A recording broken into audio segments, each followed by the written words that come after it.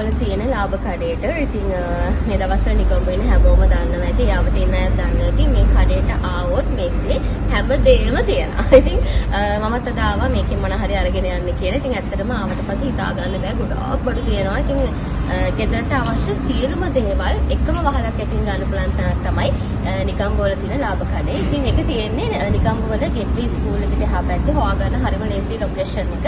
ඉතින් ඒ විතරක් නෙමෙයි මේකේ ප්ලේ ඒරියා එකක් තියෙනවා. ඔයගොල්ලන්ට බඩු තෝරන අතරතුරේදී බබාලව සෙල්ලම් කරන්න දාලා නිදහසේ බඩු ටික තෝරගෙන යන්නත් පුළුවන්. ඊට අමතරව බඩු තෝරන මහන්සි වුණොත් ඔන්න කැෆේ එකකුත් තියෙනවා. කැෆේ එකේ ඔයගොල්ලෝ කැමති දෙයක් ගන්න පුළුවන්. කේක්ස් වර්ග තියෙනවා. එතකොට ෂෝටිස් වර්ග තියෙනවා.